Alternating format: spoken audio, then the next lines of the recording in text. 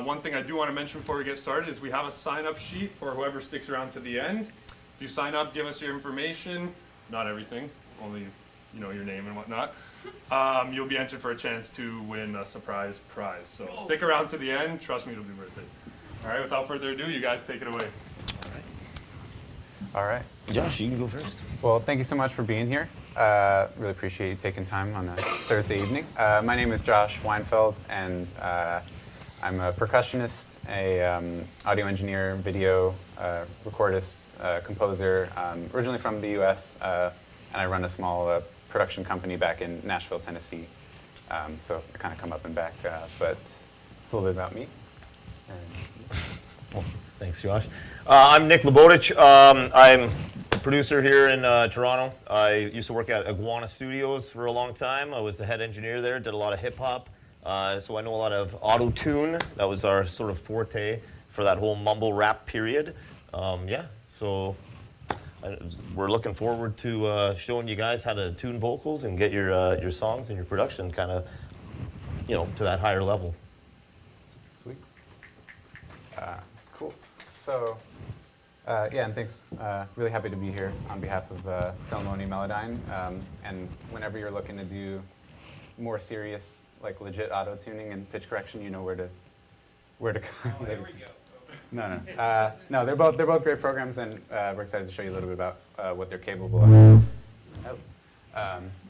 Cool. So, just to get into a little bit of the source material we're working with, I'll play a few seconds of it. It's a track called Hypnotized. Just to give you an idea, it's pretty raw, but here you go. You came in from the darkness and held the door open wide. Stood there like a vision before my unbelieving eyes. I believe in what I see and also what I hear. But did the right play tricks? Cool. So you get the idea. We'll just keep it as a short example. Kind of a cool electronic track. And so Melodyne is such a cool program because it doesn't just, it has a reputation of being a more nitty-gritty vocal tuning program where you get in there, you can move the notes around, be really specific, has a natural kind of sound. That's what it's kind of known for. But what people don't usually know about it is kind of just a general powerhouse for timing, pitch editing, some special effects, creating harmonies, just being able to take control, and not just vocals. We're going to look at vocals today, but things like polyphonic tuning and manipulation and all the new features that they've been adding recently, which we'll get into some of them. It really makes it kind of a one-stop shop for anything pitch, time, and some creative effect related. So I really enjoy using it, and especially now with they keep making updates with these new the new integrations with programs like Pro Tools, where using something called ARA, Audio Random Access, you can analyze and make manipulations to the audio in real time inside the DAW without having to do a transfer or anything like that in the older versions of Melodyne. So if we're looking to get started just with some pitch correction here, first thing you're going to do when you have these loaded up, I can right-click on whatever file you're looking to import into Melodyne, come down to Melodyne, and just hit Edit. And what it's going to do, it's going to bring you up right here in the bottom of the screen in Pro Tools with basically this familiar layout with your blobs, and that's what they call them, blobs. So you have all of your audio right here already ready to be edited. And so I've already preset this to something called the melodic algorithm. Basically, Melodyne uses different algorithms based on the source material to best identify and best let you manipulate what you need to do. So for something like a mono vocal, the melodic algorithm is perfect because you're never really singing more than one note at the same time. And so it looks for that kind of information, looks for a transition between each note, and or things like, say an electric guitar that only plays lines or one note versus something like a piano, which would be polyphonic. So that's definitely handy, and make sure you check that when you first load it up. So right off the bat, it gives you this option here of a key. And this is going to be really important because when you're looking at the layout and knowing what notes you should be picking, it's really helpful. Melodyne attempts to analyze the key for you right off the bat. So Came from the darkness and never. obviously we need to do a little tuning, but we've got this key right here that says E flat minor, and that is correct. And it gives you a few different options of what it thinks it might be, if not, in case the key is a little ambiguous. But it's just identified based on listening to the audio and by listening to whatever you've loaded into the software. And you can correct it, obviously, if it guesses wrong. It gives you its closest options, and I've never really had any issues. It's usually pretty accurate. So Melodyne has a reputation of being, more tedious and more long-winded process, but I would beg to disagree with that. They have these macros, basically, essentially almost Autotune. But say I can make a selection here, hit the P keyboard, the P key, and what it does, it brings up this pitch macro. And right off the bat, if I just slide this pitch center up, you can see these notes, the blobs, kind of shifting down to what it thinks are the closest note based on what the singer sang. And already, right off the bat, you might have to do a little bit of tweaking, but based on the key, says we're in E flat minor, it's going to move those notes to the closest note and in that key. You came in from the darkness and never. Obviously right here, the note was so low we might have to do a little manual adjustment, but that's okay, we can look at that later. The darkness and never. The door open wide. We take a look at that right here. We have this little compare button up at the top. When the notes go gray, it shows you that that's the previous original version. And we can see it scooted these notes right into place. So before, The door open wide. The door open wide. it's made a little bit of correction. And so I want to take a look at specifically this note right here. What's really cool, when you select a note in Melodyne, it lets you monitor. As long as I'm holding down, it lets you monitor that note. And as I'm moving up and down, really helpful because it keeps it in your ear. You don't have to guess what you're doing. And what I can do, you see this note kind of dips down a little low. Open wide. And maybe you don't want it to go that low, or maybe you want it to go lower. So you can do something, you have these controls on the left here for modulation and drift. And this is, okay, you've got the note close, but how do I manipulate it? How do I get it really locked in? Things that can cause that from being the case are, a lot too much vibrato, not enough vibrato, too much drift away from what the note should be. And so if I adjust this modulation right here, you can see this line right here kind of moving up and down from where, basically how the note tails off. So if I put this all the way kind of back, it might be over the top, might be too much. Open wide. Or maybe not. If I put this at 0 with no Open drift. wide. Sounds a little electronic maybe, so maybe we might dial that back. Or we can go even further. Open wide. So it's kind of personal preference whether you want that dive at the end. It's kind of cool. It maybe fits with the song. One more quick section I want to look at is right over here. We kind of have this back and forth with all these notes. Sorry about that. And And what I see and also what I hear. what I can do is, again, use that macro by pressing the P key. Say I want to make this 100%. And what I see and also what I hear. Gets you pretty close, pretty dang close. And what I see and also what I hear. And then after, And what I see. oh, sorry about that. It's back. And what I see and also what I hear. Right, so again, that's just with in 2 seconds, it got me pretty close. And I can come in here and make a What lot I of hear. really fine-tune adjustments with things like these pitch modulations. And lastly, before we check out some auto-tune stuff, by holding Option, in case you want to be really, really modular with this, you can hold Option. So.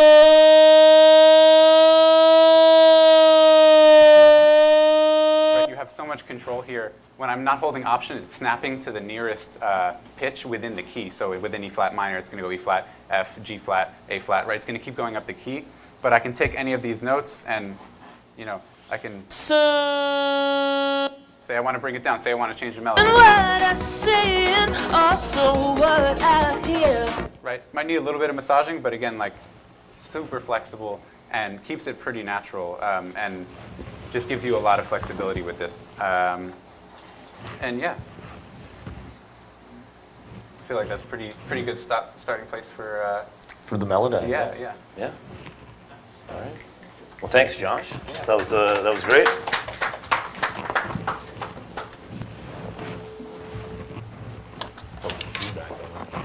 Now, obviously, Josh was showing you with the Melodyne. There's a lot of menus that you can get into. You can dive into a lot of things. You can take your time and really get to make these things sound perfect. But one thing that I find is that with Autotune, it's almost a lot easier because you can just take the plugin, and then you can go, okay, Autotune Axis here. That's the base model of it, and we take the key, we put it into our E flat minor, like we were saying, and turn up the humanize a bit. And as we start playing, you'll notice that. Oh. We're in key already, and that was way easier than just having to go in and select things and click on blobs and have all these menu dives. And I find when I'm working in the studio with my clients, sometimes I don't get the time to do that kind of thing. So having an ability to just slap that on and get that sound is sort of a great thing. However, not a lot of people like that super fast retune speed. But with Autotune, it's not all about that, extreme effect sound. You can pull it back. You can go to a medium speed. We can go to a slow speed. Crank up the humanize on this, and when you hear her, You came from the darkness and left the door open wide.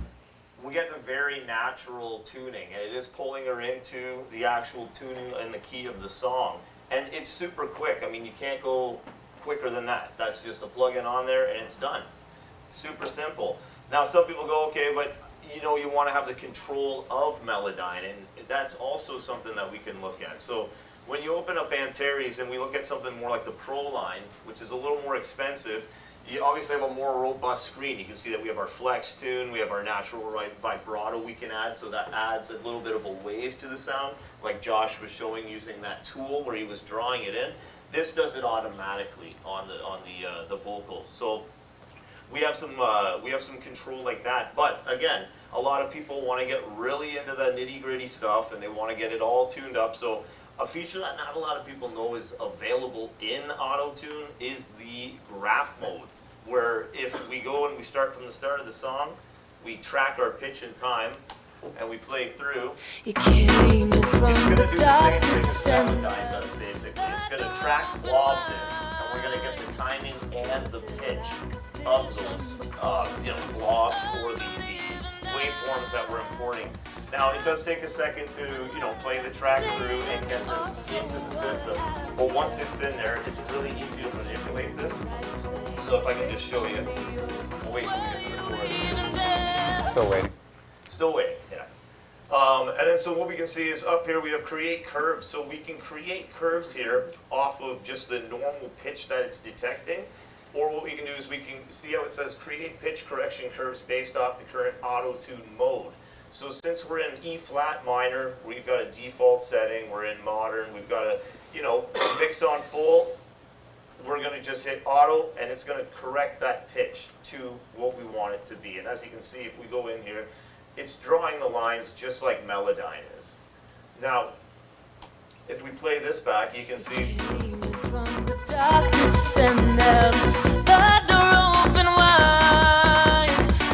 we still have that vibrato that we can look at. So what we can actually do with this, and unlike Melodyne, because I don't think you can do this in Melodyne, is you can actually draw a new curve in here. So if we draw this, and bear with me here,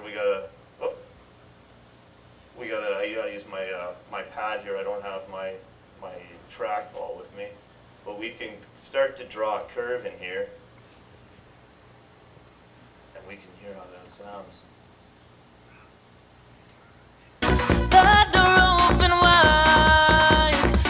And you can see that we brought down that vibrato instead of it being so, you know, it's now a little bit more natural sounding. Another thing that you get in when you buy the the Autotune stuff is that there's effects that were in the track that we had to mute, me and Josh, because when you're working with a tuning software and you have something like a reverb with the vocal, if we start tuning that vocal, He came in from the darkness and held the door open wide. you can start noticing that when you have tuning and then the original reverb on top of that, you're starting to get some really weird kind of overtones and stuff. And that's because you have two waveforms that are similar, they're identical, but now you've started to manipulate the pitch information in that. And what that's doing is it's creating new harmonics and different things that are adding distortion in the sound, okay? It's basically adding, you know, false harmonies and information like that into this into your session. So you're always going to have a fight to get that to sound good. So one thing that I like to use is Autotune has a really cool thing called vocal reverb that you can actually cook onto the track right here. And as you can see, we have a cool reverb setting, impact. It's going to sound really cool with our song here, like more dance effect. He came in from the darkness. Oh, a little bit of CPU. Of course. Doesn't like the HDMI connection at the same time. I just like this. Let's just give me a second, guys.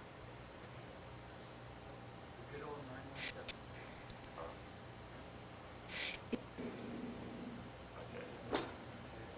I don't know if I'm going to be able to do this here. Let me just commit the track here and you can hear how it sounds. I'll freeze it here. Now normally this isn't a process. This is just because normally my computer doesn't have an HDMI cord plugged into it, so it doesn't bog down like this with my CPU. So Never. just bear with me, guys. Haven't had any issues with Melodyne. No issues with Melodyne, no, he says.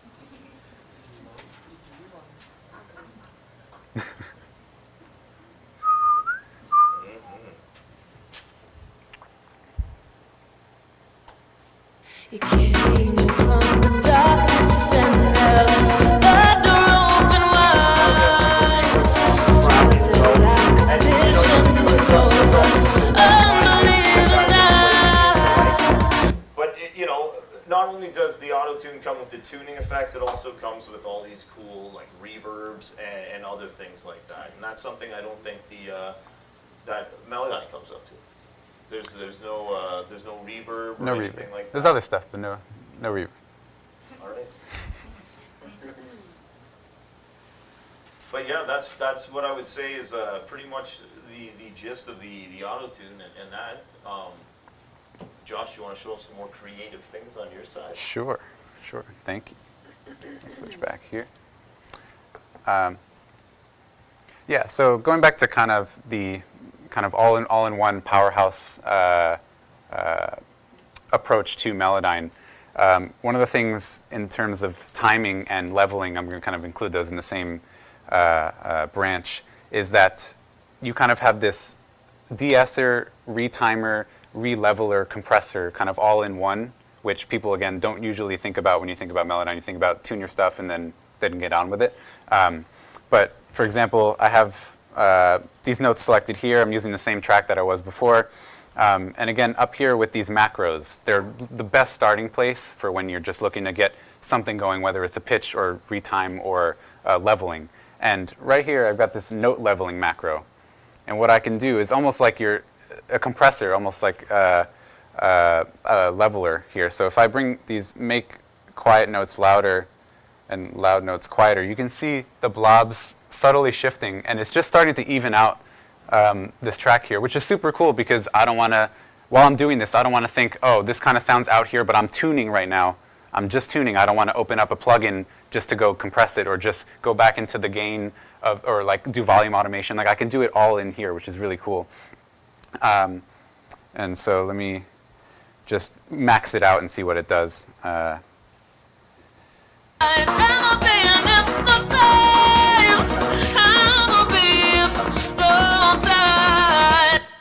Right, and before. after. And I'm hypnotized. Right, I might be overdoing it, like putting it at 100% effect, but it's really cool that I can just take those notes and do a leveling in addition to all the other stuff that I'm doing at the same time.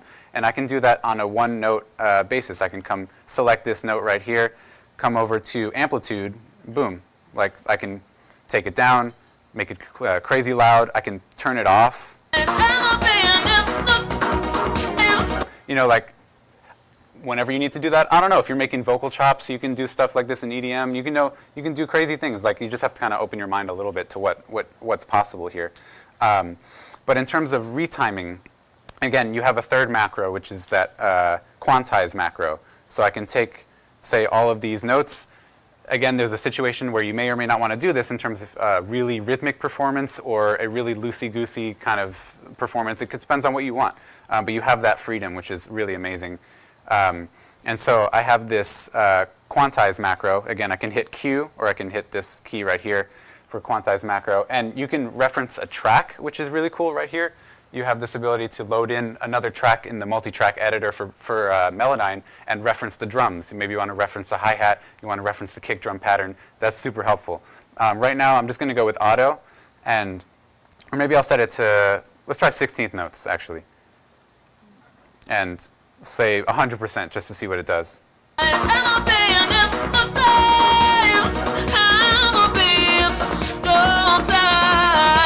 You see right here, again, one of those little things that kind of caught the note. She came in early, so it pushed it a 16th note forward. But again, I can come in here with my leveling tool, time tool, excuse me, and just kind of scooch this around, squish it, you know.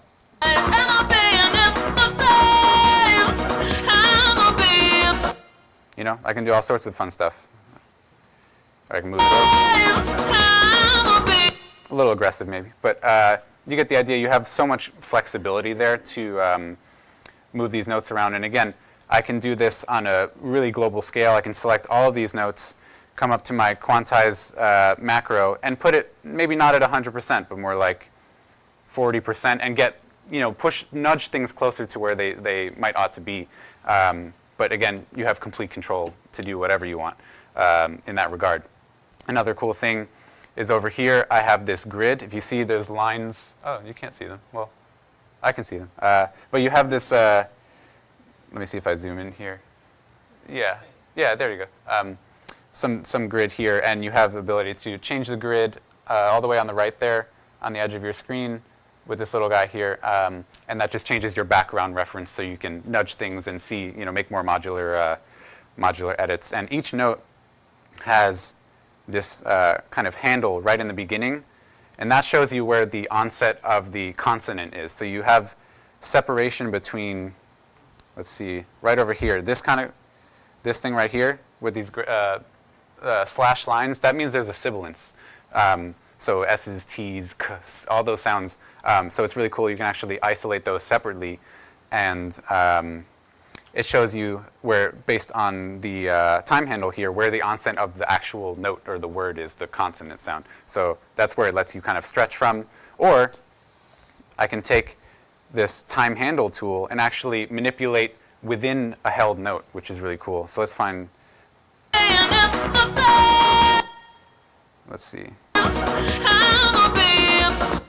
Maybe this one right here. So if I just double click with my time handle tool, I can actually distribute the energy between a note, between the beginning and the end. I can add multiple of these. So for example, if there's vibrato, I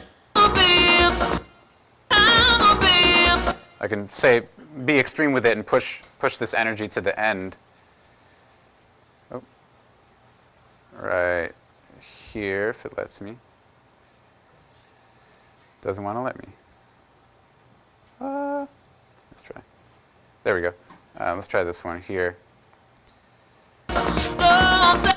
If we push that, right, we can push the inflection all the way to the end, or maybe push it all to the beginning. Right, so again, you can get so nitty-gritty and detailed with these things, or you can just select all, hit Q, quantize, boom. Like, you can take the Autotune approach, or you can take the Melodyne approach, but you can do both within Melodyne, which is really cool.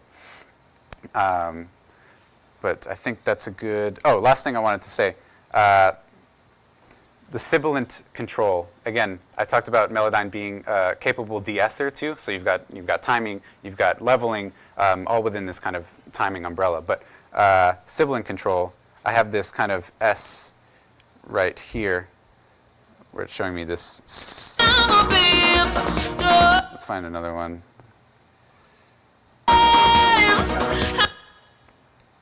Right here, we've got this S here. And what I can do is actually take my sibilant balance control right over on the left here and just take out the sibilants. I can select every note in the track, take out the sibilants completely, push it to 100%, push it crazy loud. You have so much control. But say I want the whole track to just be a little bit, softer on the S's and the sibilants. So I can take those down, or I can push it.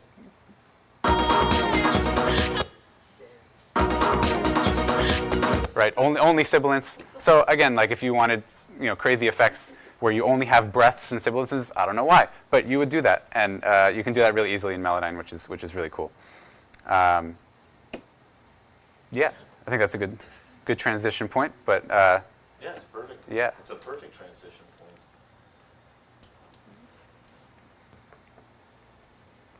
Because one of the things that you get with the Melodyne suite is actually this handy-dandy de-esser, which is called a sibil, which is to deal with sibilants. And this is it's great that we're actually leading into this. So she does have a little bit of a sibilant performance during the chorus.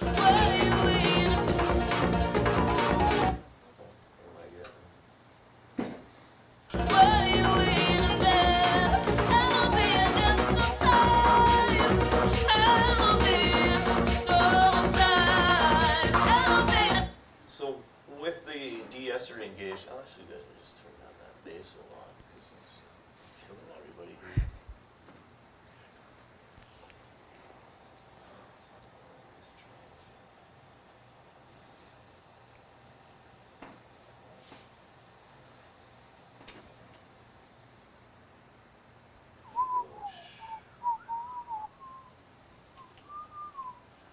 Okay, now maybe we can hear it.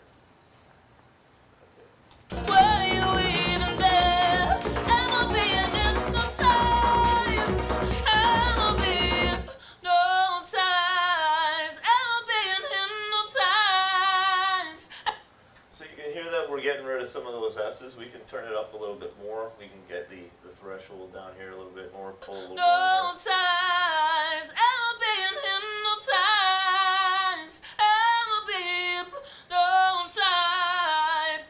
And that's a really easy way to deal with sibilants when you're using the Antares suite when you pick that up. So you don't have to deal with a lot of menu diving or anything. It's just one plug-in, 4 knobs there. You can dial in your frequency where the band crossover is, and there you go. You've got that. Another couple of cool things that are I don't think they're available in Melodyne, and that's things like a compressor. So when we load up a compressor, that's a good way that we can tame some of these peaks. Because as you can even just see by the waveform, she's got a pretty peaky performance. It's a very dynamic thing, and that's there's nothing wrong with that. Dynamics are great to have in music. We don't want to be squashing this too hardcore, but you can hear that with the compressor off. Were you even there? Versus on. Am I being hypnotized? Am I being hypnotized? Am I being hypnotized? Am I being hypnotized? Now, you notice a lot of those peaks now are getting pulled down a little bit, and there is a little bit of a bumping effect, and that's something that we can just take care of by reducing the threshold on this. Maybe pull down the ratio.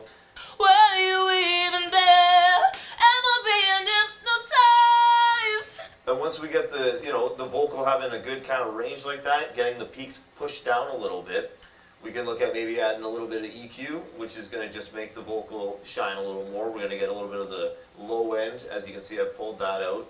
Give a little bit of a bump in the mid as well as the shelf on the high. Not big moves or anything, just stuff to accentuate what we've already got in the track. Were you even there? Am I being hypnotized? One thing you'll notice that's really cool is there's a frequency tracker here where you can actually track what is going on in the band. So if you go through the different bands, we can see that you know, it's jumping around and showing us the key of what's kind of peeking out there. So that's also a cool way you can help identify the key of the song. And that's across a lot of the different Autotune plugins. So if we look at dialing all of these plugins I've got here, we can see that I've got a huge stack going on here, and I've got the tuning as well as another tuning on top of this. And this is a great way of getting that sound of the extreme or, you know, exaggerated Autotune sound that people like. And this works really well in this dance track like this. So if we listen to the vocal without that. Were you even there? Ever been hypnotized? And then versus with the extreme Autotune on there. Were you even there? Ever been hypnotized? Ever been hypnotized? Ever been hypnotized? Ever been hypnotized? Ever been hypnotized? So as you can see, it's starting to sound a lot better than what we were starting with. It's got a, you know, a real cool dance effect to it. It's really getting that electronic sound that we kind of want to go for. And there's more effects that we can even look at. So another cool thing that we could maybe look at is warming the vocal up a little bit. So one thing that you get in here is, it's called warm. There you go. It warms up the vocal. It's a tube plugin, so it saturates and it sort of adds a little bit of grit or distortion that is sort of associated with that, you know, vintage tube preamp, or maybe driving something a little bit too hard. Now, you can really do this effect a bit too much if it's pushed too hard, so you have to kind of dial it in to you know, more of a subtle setting, I would think. We can hear what it sounds like when you do kind of push it too hard. Were you even there? Ever been hypnotized? You start getting a little bit of that breakup, especially if we look at putting it on like the crunch setting here. Were you even there? But if we take it back here and we throw it on the velvet, which is the cool tube setting, and we keep the input low, maybe even pull down the output just to kind of balance that from the, you know, the gain that we're adding, we can. Were you even there? Ever been hypnotized? Ever been hypnotized? Ever been hypnotized? Ever been? That's just some glitching from the tuning. I'll just remove that. Were you even there? Ever been hypnotized? But as you can see, during those big, long-held notes, when we have a little bit of warmth on there, it really, really kind of adds something to the track here. Were you even there? Ever been hypnotized? Ever been hypnotized? Ever been hypnotized? There we go. And then we're looking at also, there's some more cool effects we can look at here. One that I really kind of like here is this punch effect here. So this is a cool thing of sort of getting a sort of exciter. If you guys remember the old Aphex boxes or the Auralex exciter, this is sort of giving the same effect here. So if we hear it without the effect on. Were you even there? Ever been hypnotized? Ever been hypnotized? Ever been Bring the impact hypnotized? really show you. Ever been hypnotized? Ever been hypnotized? And it's really a great way of having your vocal kind of get pushed and sit into a mix that's really dense like this, because this is a track that has a lot going on in it, right? There's a lot of frequencies that are crossing over, so sometimes it's hard to find a place to get the vocals to sit in really nicely. And then again, I really like that reverb. I like to throw it on. I think it sounds great on these tracks. So with all the effects on there together. Were you even there? Ever been hypnotized? Ever been hypnotized? Ever been hypnotized? Ever been hypnotized? As compared to what we started with. Were you even there? Ever been hypnotized? Pretty dead and lifeless. Ever been hypnotized? Ever been hypnotized? Add the Ever plugins been on. hypnotized? Ever been hypnotized? Ever been hypnotized? Ever been hypnotized?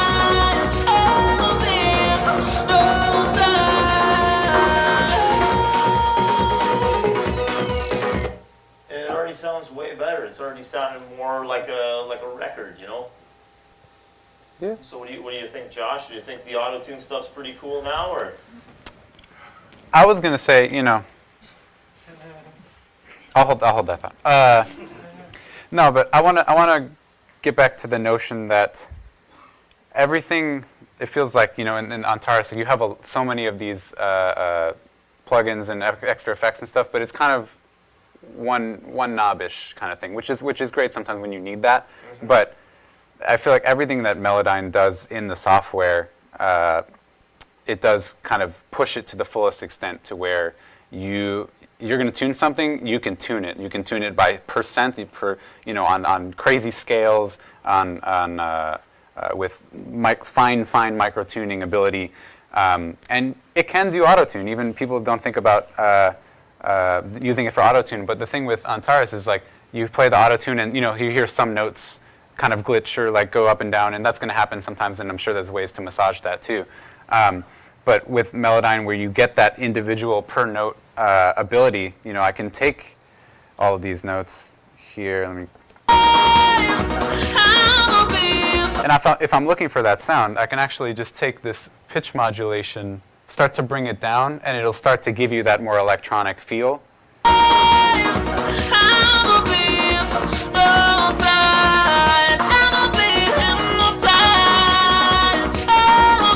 Obviously, some notes, again, are not quite snapping based on its interpretation of the original performance, but what you can do is kind of bring these up.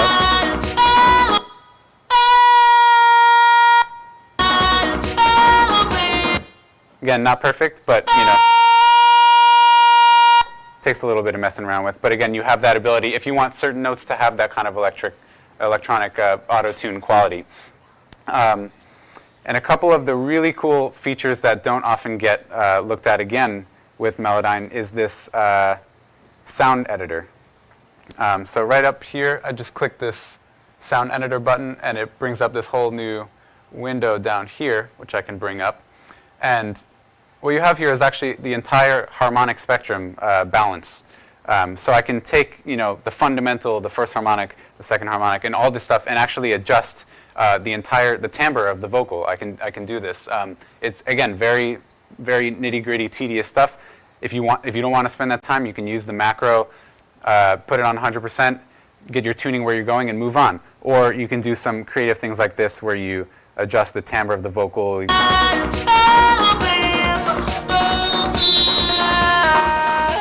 Again, these are very aggressive adjustments, but if there's certain frequencies or certain bands that are, you know, kind of sticking out at you, you can come in there and say, one kilohertz is really killing me here. I can take that down. I have an EQ here as well. It's giving you kind of a live representation of per band of the energy in the spectrum here, and so I can. Let me get rid of this. That's all good. Yeah, that sounded great. No, but we can take this all, you know, some high-end stuff here. You know, you have this ability if you want it. Again, like you don't have to load up another plugin. Even with Antares, you have to load up another plugin. You don't have to do that here.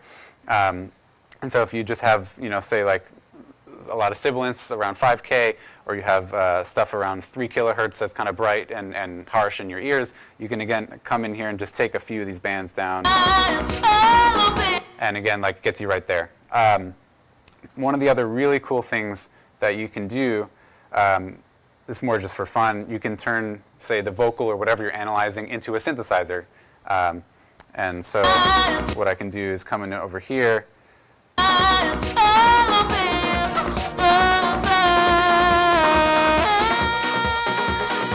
And I can adjust this formant a little bit so it's not quite as. Let's.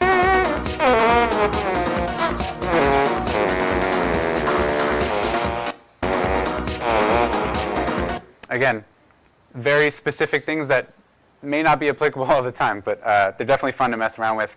And some other really cool things, you can adjust the envelope here, so you get this kind of like ramp.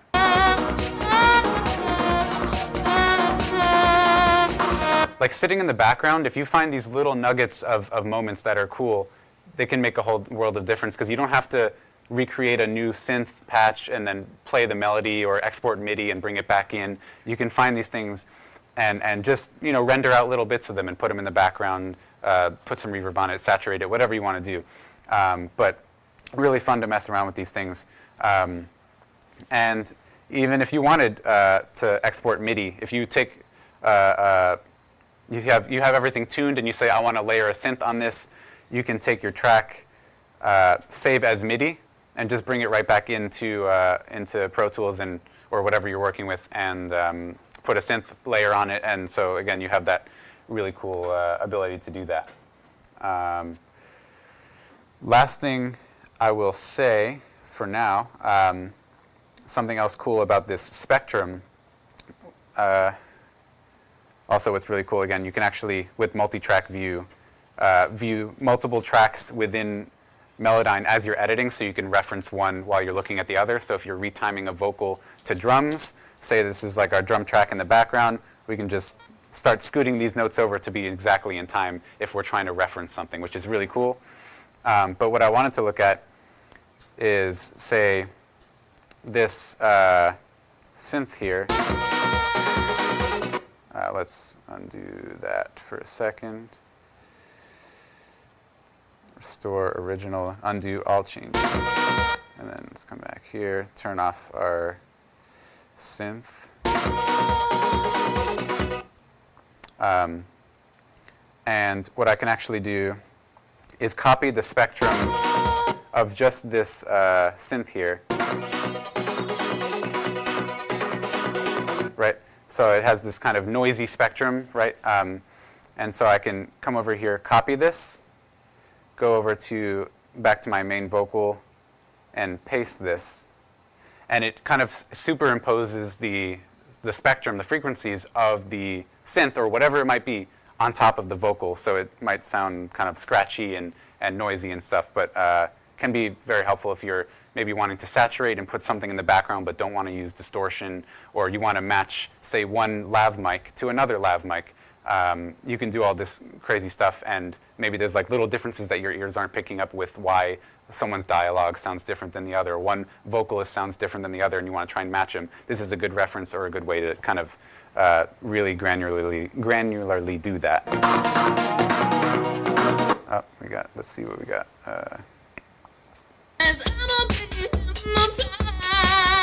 Oh, we still got this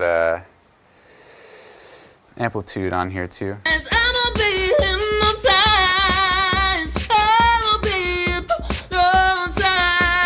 Right, so I mean, again, fun to mess around with, and you can take some of these down.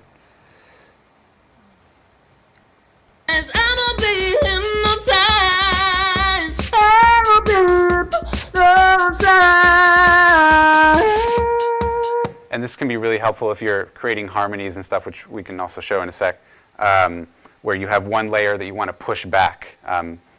With a little bit of extra processing, this can be really cool because you kind of dull it down so it doesn't push itself over the main vocal, and you can push it in the background. And yeah, so a lot, again, like I could keep going forever, but there's so many of these hidden, like really, really important and fine-tuning features within Melodyne that people may not know about. Yeah. Oh, just let me just load something up here, Josh. Yeah. Glitch on here. All good. I can show some harmony stuff if you want. I don't want to just get to this. Yeah. All right. Yeah. He's had enough of my extra features. So. Just looking through some stuff. Maybe just LPT glitch. That lovely crash.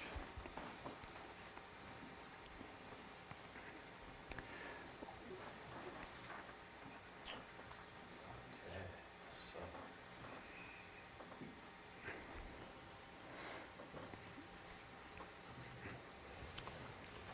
You want your screen up there? Just. Yeah, all good. While he's checking on. We're good now. Oh, we're good. All right.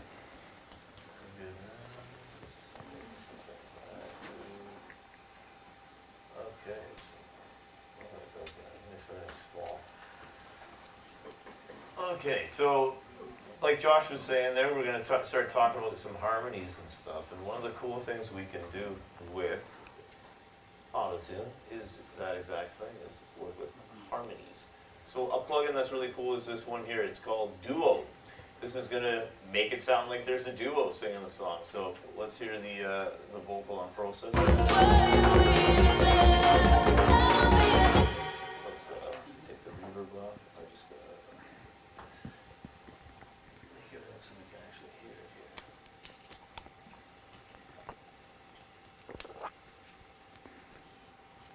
Were you even there? Am I being hypnotized? Am I being hypnotized? Am I being hypnotized? So now with that. Were you even there? Am I being hypnotized? Am I being hypnotized? Am I being Pitch variation to hypnotized? that. So when we add pitch variation, it'll give a difference between the two singers. Were you even there? Am I being hypnotized? You can also get the timing changed. Sometimes it's a little bit hard to tell if you're in the on one side of the audience or the other because it's doing a stereo thing. So sometimes the people in the middle are the ones that are going to be hearing this the most. But Were you even there? Am I being hypnotized? if we set it into the mix like this, Were you even there? Am I being hypnotized? Am I being hypnotized? Am I being hypnotized? Am I being hypnotized? but what if we want to have more than two voices? Are we just going to load a bunch of these plugins on top of each other? Probably not. So there's a plugin that we can open called Choir, which is going to give us more than just two voices. So if you look, we've got 4. We can see what that sounds like. Were you even there? Am I being hypnotized? Am I being hypnotized? Am I being hypnotized? Am I being hypnotized? We can even exaggerate it more, go up to 16 voices. Were you even there? Am I being hypnotized? Am I being hypnotized? And again, we can add variation of the pitch, variation of the timing. It's going to make it sound like the choir is a little more looser. Sometimes that gives it more of like a gang vocal kind of sound. That can be interesting. Were you even there? Am I being hypnotized? Am I being hypnotized? Am I being hypnotized? Am I being hypnotized? So again, a lot of the stuff with the Antares is really quick and easy. If we're looking at getting these songs, out the door and sounding great, this is, your one-stop shop for that kind of thing. There's also one I really like here where we can look at a harmony engine, where this will allow us to actually dial in the key, the scale, and then work off of a scale inside, and we can actually have it so everybody in here, like number 1, 2, 3, 4, these are our different voices, and these are going to come up as different singers. So Were you even there? Am I being hypnotized? Am I being hypnotized? Am I being hypnotized? we can adjust that by, changing the different, pitch amounts inside of the different voices, and there's a lot of stuff we can really do with this. We can go to the pitches up here. We can change this to be in like, a 5th down. We can change this to be in a 5th up, take another 5th up, and then do something like a 5th down. Were you even there? Am I being hypnotized? And we can get some really cool effects going on like that. Sometimes you get the auto-tune glitch, but that's obviously something that's just par for the course with the auto-tune stuff. It's easy, it's quick, it does the job. Josh, what do you think? Are you thinking that you can do some harmonies quicker than that, or? I think Melodyne finds a way to do everything better and maybe a little bit slower. No, but again, once you get the kind of hang of it, it's actually very easy to do harmonies, and they become really more natural because you, within Melodyne, again, like you have such fine control over per note basis. Some notes you want the vibrato, some notes you don't want vibrato. Whereas in Antares, you get that kind of layout where it's a global scale setting. So if I put a harmony track and want to make, I need to adjust one note because I don't want it to be an exact duplicate. I want to recreate almost another human. That's something that Melodyne is really good at. So actually, let me switch here. Cool. Let me bring back some synth. Right, so we've got our, and again, what I would recommend when you do this is tune your original first before you start making harmonies, because then you're just creating duplicates of notes and duplicates of an original recording that isn't already in tune, so it's going to be an out-of-tune background vocal of the original compared to the whole track. So again, you kind of go through that original tuning process first, which we saw earlier. But what I did, there's a couple ways to do this. What I did was duplicate this tuned track after I finished it and brought it down to this thing I labeled Vox Harmony. You can actually, in Melodyne, copy and paste notes. So if I wanted to do it that way, I could select all my notes, copy and paste, and scoot them up, say a third to create the third, scoot them down a third to create a third below or a sixth below. Whatever you want to do, you can do that. But I kind of prefer to open up a new instance of Melodyne just because it's a little bit easier for me, and I can process, say, the vocals differently in a global context in Pro Tools, whether I want to put a different reverb, whether I want to put other effects on it if I need to. But for example, you see I've kind of actually duplicated a note up here at the end from this ending note. But what it sounds like, what I did here, I brought in a duplicate, and I actually turned off some of these notes where I don't want a harmony and turned on the ones where I do, and I just dragged them around to create a cool complementary line. So if we play, let's unmute that.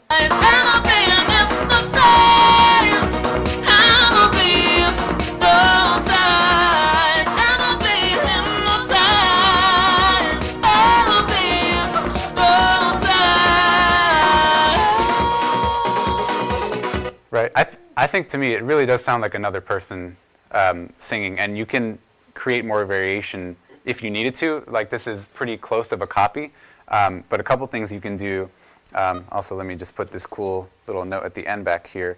I just wanted to duplicate this note, so I did that with a copy paste, and then I just scooched it around until I got it up there, and then scooched it back in time. But just at the end, I can do a little, right? Create a nice little chord, or I can bring this, down and create an octave below. Whatever you want to do. But I'll leave that in there for now. And a couple things I've done you can do to make this more human-like is select, say, all these notes that you've added as harmonies, come up to Edit, and add random deviations. So if I want to, say, add a subtle timing variation. You can watch all these blobs shift around once I hit this. Boom, they just scooch a little bit, and that can create such a difference because when you're recording double takes of a vocalist, it's not going to be perfect. It's never going to be perfect, and I don't really want it to be that way. So the more you can do that, you can add severe variation, you can add just a little bit, but it does, in the back of your head, even if you're not conscious of it, create that kind of human quality of another person singing there. Another thing you can do is select these notes and take the formant down, for example, like we looked at, or adjust the EQ within Melodyne, or just to create more variation. Let's see.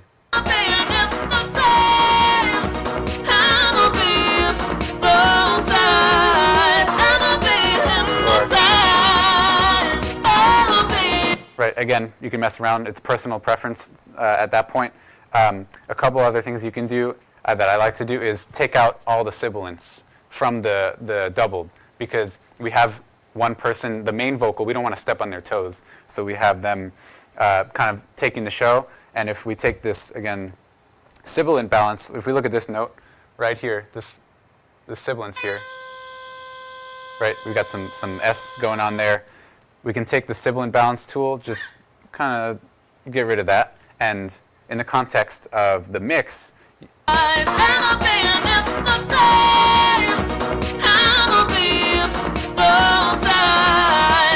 right, we have the S's, the sibilant sounds coming from the original vocal, but just the pitched material coming from the layer, which is really cool. And then, again, you can go crazy. You can duplicate this track, create an octave below. You can move these notes around. I can, you know. Let's see. I don't know. You know, you can get really creative. Or I can.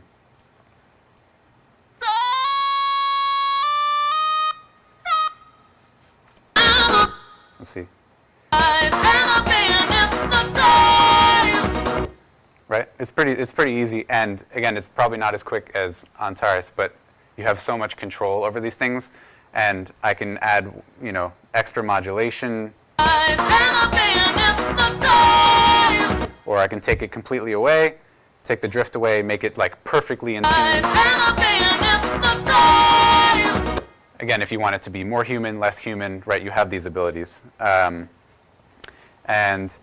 again, all the other editing abilities apply. Like when you have this time handle tool, if you want to create inflections that, again, reinforce the human quality, you can, boom, kind of scooch this. It pushes, you know, some of the inflection of the envelope, pushes some of the amplitude envelope of that note towards the end of it, so that you get kind of a swell rather than just hypnotized right on the bat. So again, you can go through this for days, or you can just, you know, copy and paste and move it up, and so you have that really cool ability within Melodyne. Yeah. So, if you haven't really got what we've been trying to present here, is that both of these tools have their uses. Autotune and Melodyne are both something that, I don't know, Josh does this, which I'm sure he does, is these are tools we both use simultaneously in the studio. These are tools that you use together. We typically find that Melodyne is a powerhouse, like Josh said, for doing editing like this and getting into the nitty-gritty and really having that control. And Autotune in the graph mode does have this ability as well. But these are just two different tools with two different layouts that it's really up to the user to identify what they're going to be needing these tools for, and then if this is the right tool for you. And typically it's both tools, because the Autotune gives you that, the quick and easy way. It also gives you the effects and the different, tonalities that, is in a lot of modern music that you want the extreme effect of. And Melodyne also can get that effect, but like you see, it takes a little bit more to get there. Josh, do you have anything to say on this? Yeah, I mean, you were just telling me the other day, like, having a chain that looks like Melodyne first, doing like really, really picky edits for pitch and leveling and whatever you need to do, and then Antares Autotune coming right after it to add a specific effect or just to round out the sound, because again, sometimes you get these little hitches where it's not always perfect, it's not always the first solution, where you might need Melodyne to scoot something really, really close that Antares wasn't catching, and then it runs right into the in series with Autotune, and it just gives you that really cool Autotune sound, or using any of those effects and stuff. So using both is actually like, really common, I think. One thing, like you were just exactly saying there, with the Autotune running behind, or should I say after the Melodyne, is when you start to want to dial in those really cool bends and the pitch control, where you get the really hard notes, you can actually go into Melodyne here and cut the notes up and then tune them to now do that in the Autotune. So it triggers that all the time. Because sometimes when you're working with clients, you get a really good performance, but it's not 100% in pitch, or they want to change something, and no matter what you do with the Autotune, the transient maybe of the note is triggering something, and it's creating like a false note trigger and it's never pulling it right, or it's creating a glitch all the time. By using something like Melodyne or the Autotune graph mode before we're using that tuning, you can effectively basically draw the tune that you want to happen, which is very cool. Yeah. Well said. Yeah, thank you. So I think that's I think, Most- I think yeah. that's it. I think that's we're most of what pretty we much got. open for some questions. yeah. Do you find yourself, when you're in the studio, vocalist is there, client's there, they pull up the Autotune quick, and then when they leave, pull out Melodyne? Oh yeah. A lot of the times, these are tools that you don't show the clients because they get a little nervous when it comes to a lot of the. Oh, you could sit there and tune that, but I could sing it better. And there's a lot of things that happen. I find these tools are tools that we use a lot of behind the scenes. When the client goes home and we're doing edits like that. Autotune, I find, is one of those things where a lot of people really want to have it on input. So you want to have it as a live, like a live effect, and that can be problematic with latency and things like that, unless you're running like a good interface and you have like a good driver on your computer. Because if you're running like a slower computer and you're trying to run these in like a AAX mode kind of and get that live input, it just doesn't really work. Is there Antares for UAD? Absolutely. Yeah. Absolutely, and that is a very, very great plugin. Are you guys prepared to talk a little bit about licensing and versions and pricing, or you're just... Pricing would all be, I think, handled by the boys downstairs at Long McQuade. They would be able to help you out with that. That I think is more on their side of things. When it comes to versions, I think, is it 3 versions of Melodyne? It's actually 4. 4 versions. There we go. You got 4. Yeah. So Josh, want to tell them about that? Yeah, so you have Essential, Assistant, Editor, and Studio. And kind of it depends on what you're looking to do. If you're looking to get in there with basic like scooting notes around, just getting that tuning and basic timing going, like Essentials, like the basic one is perfect. I really like Studio because that's the top tier one, but it gives you access to something called DNA, which is their polyphonic tuning. So if you have anything with piano, guitar stuff, and you need to go in and change the chords, change those individual notes, that's the one that's going to do it for you. And so that's why I do a lot of classical music too. And so if I have a string quartet and one of them's out of tune, I can actually go in there and get like just the violinist or the bass player and kind of or cellist, whoever it is, and scoot it up, scoot notes around and stuff. So that's really where it is for me. And then in between, you get certain features added on, like the sibilant balance tool and the leveling stuff and the fade tools and things like this. So on their website, they do have a kind of a checklist of like which version has which stuff, but it really just depends on what you're looking to do. Yeah. There's something that comes with Pro Tools, right? Yeah. So this is built in. Oh, I mean, even yours will have. I don't think I have the latest Pro Tools, Josh, to be honest. Oh, that's okay. You might want to switch All to good. Yeah. I think from what I remember, it doesn't come with the Studio one, which is comes with Essentials. Yeah. So that's the basic one, which again gives you almost everything I was showing you today, which is. It's monophonic though, right? Yeah, it doesn't do the polyphonic tuning, but it does every other algorithm. So percussive, melodic, monophonic, all that stuff. So, yeah. Thank you. Yeah, no problem. And Antares, similar? Antares, there's like 4 main versions that we're looking at. There's Autotune Axis, which gives you a monophonic, just straight up. There's not much control on it. We're looking at you've got extreme, medium, soft for the tuning speed as well as the humanize. You can set the key. When you get up to the artist version, that's when we're looking at you have more control over things. There's a little bit more like the knob turns rather than just being set to 3 different settings. Then when we get into hybrid, you're looking at it has a little bit more features. Then once we get into Autotune Pro, that's when you're looking at having the graph mode, which is very, very cool if you're looking to dial in all that stuff and draw your own curves. There's also available through Long McQuade the Autotune compression and the Autotune EQ, as well as the Autotune reverb. So those are separate plugins, but they are all available for purchase. Just want to make, a quick addendum to what I said. The editor, the top 2-tier versions of Melodyne have the DNA, that's that polyphonic tuning. The lower 2 do not. It's the sound editor where I have that harmonic spectrum and all that kind of control. That's in the studio one, and there's a couple other things too, but for me that's what I end up using a lot. So the top 2 ones do have the polyphonic tuning from what I remember, yeah. Yeah, in Autotune, in the graph function, if you add a harmony, a fifth off or a minor third, can you then go in and change one note or not? Well, when you're using the graph mode in Autotune, it won't allow you to do the same thing like in Melodyne where you can grab the note and then duplicate it. You're only going to be looking at that single line, and if you were to try to copy the line, it will read just the line. So if you say try to copy a note up a third, you'll just hear the singer sing, and then, whoop, it's up a third, and then back down. And it gets a little exaggerated like that. Yeah. So not as much control over individual notes inside the graph mode like that, but a lot more control over pitch when you're drawing that line, rather than working with the preset lines inside Melodyne.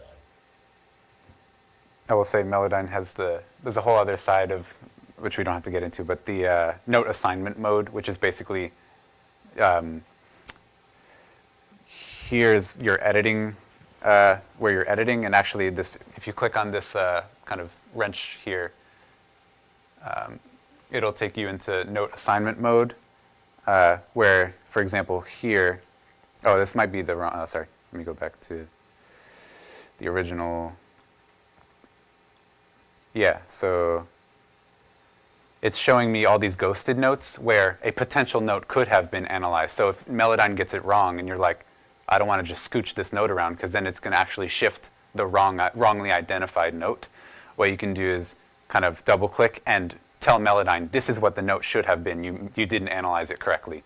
And same thing with rhythm too. There's ways to be more specific about how it analyzes rhythm and how it analyzes this pitch stuff too. So if you, especially with polyphonic stuff, if you have like a piano and it's missing the 7th of the chord or something like that, you can come in here and chances are it's identified, but it wasn't loud enough or it wasn't prominent enough for Melodyne to give it to you the first time. But if you're like, I need to change that note, you can come in here and it's probably just there waiting for you to kind of activate it.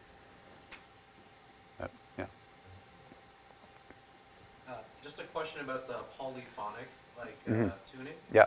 Are there any use cases for, like, I guess, acoustic guitar, like, let's say one string is out of tune? Because I'm worried, I guess, like, artifacts and stuff, is it really noticeable in that case if one string's out of tune and you want to kind of, like, correct it slightly? Is it going to be, like, really noticeable? I've had pretty good results, to be honest. Occasionally, like, if there's a ton of reverb, like, if you have the dry, stems, like, that's the best you can get. Once you start adding effects or once it's already been processed, you're kind of putting barriers in there.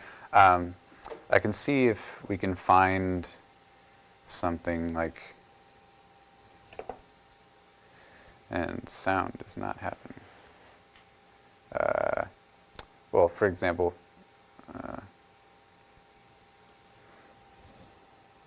so I brought this guy in here.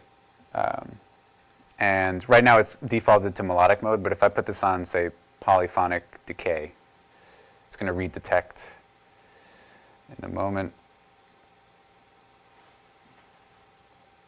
And which is crazy, because it just gave me this whole synth track basically laid out. I'm going to see why we don't have sound for a second. There we have sound.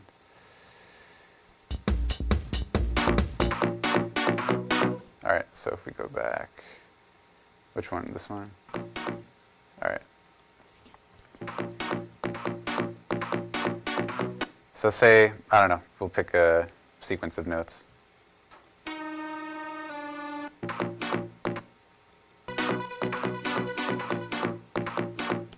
Before, after. I mean, we're obviously not the super optimal listening environment, but like with a noisy synth, like it was able to identify pitch and separate it from all of the high frequency like noise and other stuff in that signal. So I've had pretty good results, but occasionally it can be hit or miss. But it's what's that? Melodyne just took the win with that one. It's pretty remarkable, not gonna lie. Like you go through a whole session, you finish a whole track, and you realize the guitarist like played a wrong chord, and like nobody heard it, and now it's the only thing you hear. And so you go back and just boop, like scoot it up, but it needs again like isolation and like lack the less processing the better when you're kind of at that stage. But if you take like a super boomy hall with like a choir, it might be kind of more tricky.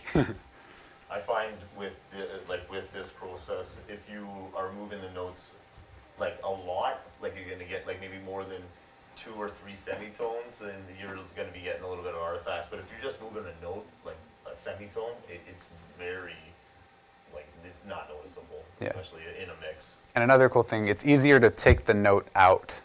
Like I can turn these notes off. They're gone. And then play them back in if you need to overdub something rather than adjusting something that's artifacting or like isn't being able to separate or move around as easily. You just mute it and then have someone come back and play a couple notes and push it back, put it back in there. In a recording session with the artist, are you finding it easier to get them as close as possible than using the tools after? Or is it more or less just do what you can and then we'll just fix it in the post-production? It's in my opinion, always best at the source. Get it right the first time, get the artist to do it like the proper takes, go through the steps to do that. I know people want to go in the studio and look really cool. Sometimes, to get the take, it means taking off the jewelry, it means taking off, the flashy, watch that you have on or things like that. Taking off your shoes if you're a person that taps your feet, because that was one thing that was in this track. There's a lot of foot tapping, and it's hard to deal with that stuff because those are notes that are happening in the track. So I always find that it's best to get it, right at the source, make the artist do it, and then it makes your job easier with these tools. And it also makes these tools work better. Because a lot of people think these tools like Autotune, you put it on and it automatically makes you a singer. Well, if that was true, all of us would have hit records right now. So that's not the case. It's getting a good performance and then working with the tools. Yeah. Josh, anything on that? Yeah, I mean, that being said, like it is great to know that in your back pocket you have these kinds of abilities, because last thing any engineer wants to do is say, put the vocalist down, say like you're kind of flat or you're kind of sharp, and they get really offended or whatever. So if you kind of read the room and say like, this is close enough for me, I know I'll be able to fix it up later. Like there's a point where you just say, that was killer, that was great. I'll send you the mix, in the next couple days. Like, so you kind of read the room a little bit, but again, yeah, getting it as close as possible without, ruining the vibes is a good place to be. Have either of you ever done this where the singer will come in, first say, a little pitchy, so let me correct it and give them a reference for take 2, 3, 4, that's in tune? Yeah, I've had stuff like that happen where a singer sings through and they want it corrected, and then listen to the track back and then come in and nail it. That's common. Yeah, that's some pre-pro work. That's a very serious artist. That's someone that's taking their craft very seriously. Yeah. Yeah, and occasionally I'll also do like something with MIDI where I can take the first take, just do a quick, if they step out for 5 minutes, do a quick tuning, export the MIDI, bring it back and put it as a piano or something, because I don't want them to judge themselves previously too much. That's what the producer's there to do, or whoever. Tuning is one thing, but if they start saying like, oh, my dynamics and stuff, you're like, yeah, I know, I'm going to deal with it later, and then it gets to be a whole thing sometimes. So you can take that approach too. Yeah. Just a short question about sample rate and bit depth. Like, I can't remember where I heard it. I wasn't sure if it was true, but like, do Melodyne and Autotune benefit from like higher sample rates and bit depths? Because we are manipulating a lot more and kind of maybe stretching and moving things around. Like, do you notice it sounds worse at lower rates? I mean, I feel that you definitely get more, like more of a resolution when it comes to that. When you're moving these notes around, it's just, you have more information to work with. It's not necessarily, I would say, like a sound quality thing as far as in Autotune when you're working in higher sample rates and bit depths. It's more the sample rate than the bit depth, but when you're at higher sample rates, you know, you notice less glitching, but you do notice a huge taxing on your CPU.